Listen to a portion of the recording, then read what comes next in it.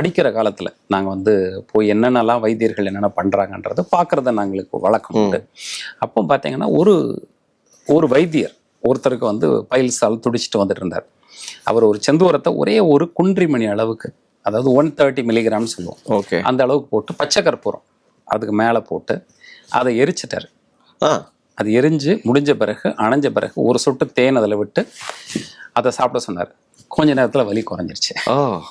இந்த மாதிரி அருமருந்துகள் எல்லாமே இன்னும் நிறைய வைத்தியர்கள்ட்ட இருக்குது. ஓகே, அதை வெளியே கொண்டு வரதுக்கு நிறைய முயற்சிகள் பண்ணிட்டு இருக்கோம். போன வாரம் கூட ஒரு பாடியநல்லூர் அப்படின்னு ஒரு ஊர் ரெட் ஹில்ஸ் பக்கத்தில் இருக்குது. அதில் இருக்கக்கூடிய ஒரு மரபு வைத்தியர் சண்முகம் ஐயான்னு பேர். அவருடைய அனுபவ கருத்துக்கள் மொத்தத்தையும் டாக்குமெண்ட் பண்ணி நாங்கள் வெளியிட்டோம். Super sir. இது ஒரு மருத்துவ மாணவர்களுக்கு, சித்த மருத்துவம் தெரிஞ்சுக்கணும்னு நினைக்கிறவங்களுக்கு மிகப்பெரிய ஒரு பொக்கிஷமாக இருக்குது.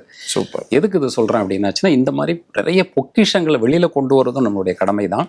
அது மக்களுக்கு உதவியாக இருக்கும். கண்டிப்பாக ரொம்ப சந்தோஷமாக இருக்குது டாக்டர் கேட்கும்போது. இப்போ பைல்ஸ் வந்துச்சு, நீங்கள் சொன்ன மருந்துகளை உட்கொண்டேன், எனக்கு சரியாயிடுச்சு.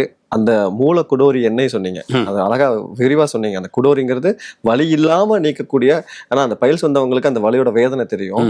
ஸோ அந்த வலி இல்லாமல் அந்த பைல்ஸ் போகுதுன்னா அந்த மூல குடோரி எண்ணெய் நீங்கள் சொன்னீங்க. ஸோ இதெல்லாம் வாங்கி நான் பயன்படுத்திட்டேன், அந்த பைல்ஸ் போயிடுச்சு அப்படின்னா அதன் பிறகும் அதை நம்ம ரெகுலராக உட்கொள்ளலாமா, இல்லை அந்த டைம்ல மட்டும் உட்கொண்டா போதுமா? அந்த டைம்ல உட்கொண்டால் மட்டும் போதும்.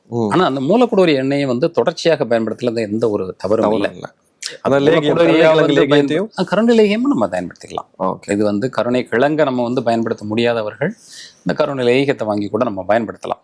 பக்க விளைவில்லாததுதான். அதனால உங்களோட உணவாக அந்த மருந்து அந்த இடத்துல வந்து பயனளிக்கும். இதனால அந்த கல்லீரல் ஆரோக்கியம் சீராக இருக்கும், நல்லா இருக்கும்னு சொல்றீங்க. கல்லீரல் ஆரோக்கியம் அப்படிங்கிறது இது எல்லா பொருட்களையும், இப்ப நான் சொன்ன பொருட்கள் எல்லாத்துலயுமே கல்லீரல் பலப்படுத்தக்கூடிய ஆற்றல் உண்டு. சரி, இப்ப நீங்க சொன்ன பொருள் எல்லாத்தையுமே நீங்க கூகுள்லயோ அல்லது வேற ஏதாவது ஒரு சர்ச் என்ஜின்லயோ நீங்க போட்டீங்கன்னா ஹெப்படோ ப்ரொடெக்டிவ் ஆக்டிவிட்டி, ஓகே, கல்லீரலை பாதுகாக்கக்கூடிய ஆற்றல் இத்தனையும் உண்டு. மசாலைக்கீரை எடுத்துட்டாலும் சரி, பிரண்டை எடுத்துட்டாலும் சரி, எல்லாத்துக்குமே உண்டு. ஸோ இது கல்லீரலை மட்டும் இல்லாம, இப்போ ஒரு வியாதின்னு நீங்க கேட்டீங்க, மூலம் அப்படிங்கிறது அது ஒரு குறிப்பிட்ட இடத்துல மட்டும் இல்லாம சித்த மருத்துவம் இதை எப்படி பாக்குதுன்னா, உடல் முழுவதும் இருக்கக்கூடிய சில மாறுபாடுகளினுடைய ஒரு வெளிப்பாடாக தான் பாக்குது. Okay okay. அப்ப அதை அத்தனையும் சீர்படுத்தினா இது மறுபடியும் வராம தடுக்கிறதுக்கு வாய்ப்பாகும். Super doctor.